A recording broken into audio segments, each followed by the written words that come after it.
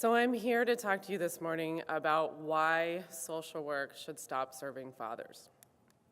For those of you who know me, know my work, you might be a little surprised that I'm talking to you at 8 in the morning to convince you that the last 15 years of my social work practice and research are something I'm trying to talk us out of doing as a field. So you might ask yourself, why would I suggest that social work stop working with fathers? And you might think it's because fathers, especially low-income, young fathers of color, are missing from families. There's a strong narrative across the fatherhood research that these men are absent. And there have been many calls over the years for researchers to address father absence in low-income families. But I would tell you no. Actually, in my research, especially research with families involved in child welfare, I find that close to 90% of families in that system, which is arguably one of the most vulnerable populations that we serve in social work, have an involved father. And I'm not limiting my definition of fathers here to any particular biological, residential, or legal relationship. I'm really talking about the men who play a caregiving role in their families. And generally speaking, these men are not missing from these families. So then you might ask, well, am I suggesting we stop serving fathers because it's really the moms who are important?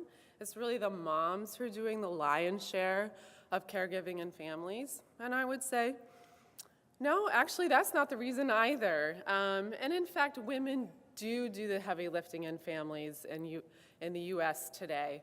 But national studies are suggesting that men are increasingly taking a direct caregiving role in their families, and that single father-headed families are one of the fastest growing demographics in the US today. And I would also point out to you that there is a growing mountain of research that points to the unique and the significant contribution of young low-income fathers to their families. So positively involved fathers have children who are less likely to have behavioral problems. Their kids do better in school. They're less likely to be involved in the juvenile justice system. When fathers are positively involved, their children are less likely to go into foster care when they're involved in the child welfare system. And positively involved fathers also support moms in doing things like breastfeeding and engaging in their own health care and well-being. So no, it's not because I think moms are more important or the parent that we should be working with. So then you might think, well, is it because dads are dangerous? These low-income guys are bringing risks to the table more often. And I would say, yes, men are overrepresented in cases where children suffer very severe forms of child abuse, even lethal forms. And I think a lot of us see stories in the popular media talking about young fathers who've done great injury to their children. But no, that's not the reason either. And in fact, I would say if we're really worried about the risks that men could bring to families, some men, just as some women, are going to bring risks to the table. But it's our responsibility, I believe, as social workers to get in there and assess what's going on with that family so that we can intervene to address those risks and to also prop up all the positive things that men are doing, because most men are doing positive things for their families. Most men are really invested. So what the heck? I'm up here telling you not to work with fathers, and I just made arguments in the other direction. So I'm going to stop here for a moment. I'm going to tell you about my own dad, my own experience. So 20 years ago or so, I had never really thought about men as parents. When I heard parent, I actually heard mom. And my mom was the one that was doing what I think of as the heavy lifting of parenting. She was doing the bathing, the feeding, the shuttling to medical appointments, the cleaning up the vomit at 3 a.m. that I so understand now that I'm a parent of my own 2 4-year-old twin boys.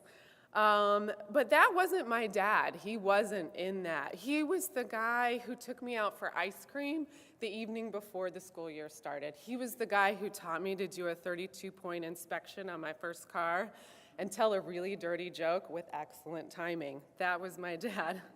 But the heavy lifting of parenting, that was in my mom's wheelhouse. And frankly, when I went back to school to get my master's in social work, that idea that moms are the 100% parent and the dad is the co-parent, the co-pilot, the sometimes there guy was reinforced. Even though my specialty was in child and family services, we really should have called it mom and baby services because we didn't talk about men. And if we did, it was generally talking about whether they were missing, whether or not they were important, and what risks they brought to the table. And that's how we've built social work services largely for men. Today, we'll have the central core business of child and family services that are built around the needs of moms and their children. And then there's like this sort of dad guy on the side. He'll come in and he'll work with the dad if dad's around. He'll do a special group. There'll be a dad and child day that coincidentally every year happens to fall in the month of June. And it's on the side. It's a separate parenting group. It's adjunctive to everything else. So we have built a service system that's for moms and babies over here and fathers over there. And 20 years ago, the notion that we're going to serve fathers at all was really exciting. It was a little bit groundbreaking. And so all of these dad's side adjunct programs sort of grew up in schools, in juvenile justice systems, centers, clinics. And people really connected the idea of doing something for fathers. We should be working with fathers in some sort of way. But it's always been on the side. So am I saying moms and dads should be served in the exact same way? No, absolutely not. Am I saying we shouldn't have special groups for dads or we shouldn't make special efforts to bring them in? No, I'm not saying that at all. But men aren't really getting the opportunity to have the supports the core business of child and family services should be providing. And as one father once told me in a qualitative interview, we're not aliens, we're parents. We want to know how to take care of our children, how to protect them, how to help them do well in school. They're really interested in the same things that mom are interested in. And I think defaulting to moms as the parent, the 100% parent, is doing a huge disservice to mothers. We are overburdening them with the responsibility, and we're not giving dads the opportunity to step up to the plate, and we're giving them the message that they are on the side. The other thing that this really does, by creating mom and child services over here and dad services over there, is reinforcing this narrative that families are forged by a mother, a father, and a biological and romantically based relationship. And that is doing a huge disservice to families that don't fit that dominant narrative, to same-sex parents, to multi-generational parents. So by serving moms and children over here and dads over there, we're missing out on a lot of opportunities to serve families. So moms and dads can have unique needs that organizations should recognize, but we can bring fathers to the center of services, I'm finding from my research, with some pretty simple practices. Asking families, who are the important caregivers in your life? Who do you want to bring to the table? Who are the folks that are raising the kids in your home? And constructing services, opportunities, assessments that allow for that complexity.